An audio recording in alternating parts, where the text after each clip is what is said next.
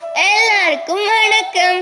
இந்த வீடியோவில் நம்ம எதை பற்றி பார்க்க போகிறோன்னா, இந்த செப்டம்பர் மாதம் ஃபுல்லாகவே எங்களுக்கு கொஸ்டின் கொடுப்பாங்க.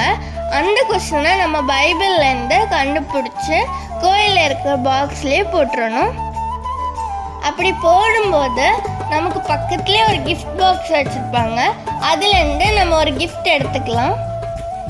இப்போ நாங்கள் அந்த கொஸ்டினோட ஆன்சர்ஸ் போட தான் வந்திருந்தோம். எங்கள் கோயிலில் அத்தி மரத்தோட அழகை பார்த்தீங்களா?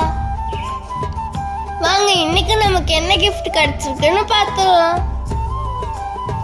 எங்களுக்கு மொத்தமே 3 days தான் கிஃப்ட் கிடச்சிது.